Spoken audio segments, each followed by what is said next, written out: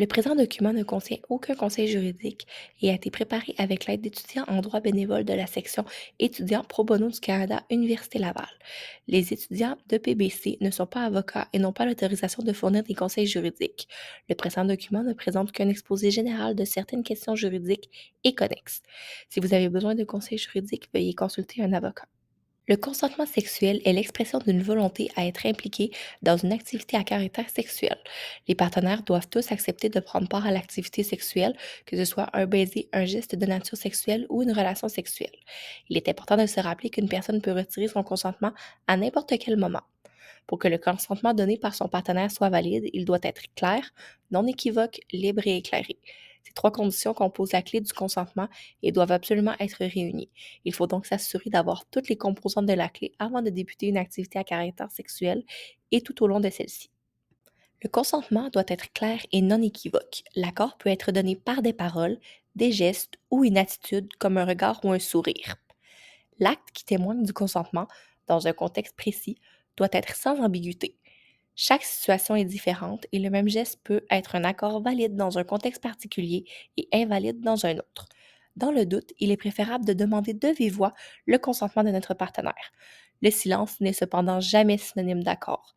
Si l'accord n'a pas été donné clairement par un partenaire, il n'y a pas de consentement. Le consentement doit être donné librement.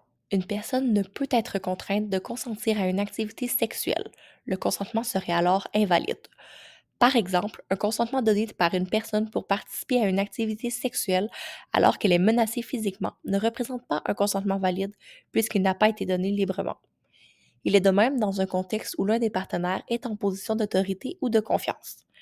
Également, lorsqu'une personne se sent obligée de participer à l'activité sexuelle en raison de la position, du statut ou du rôle de son partenaire, le consentement est vicié. Finalement, le consentement doit être éclairé, c'est-à-dire que pour consentir valablement à une activité sexuelle, une personne doit avoir toutes les informations pertinentes à sa disposition. En effet, avant d'entamer une telle activité, il est important de divulguer à son partenaire tous les faits qui lui permettront d'accepter ou de refuser de participer.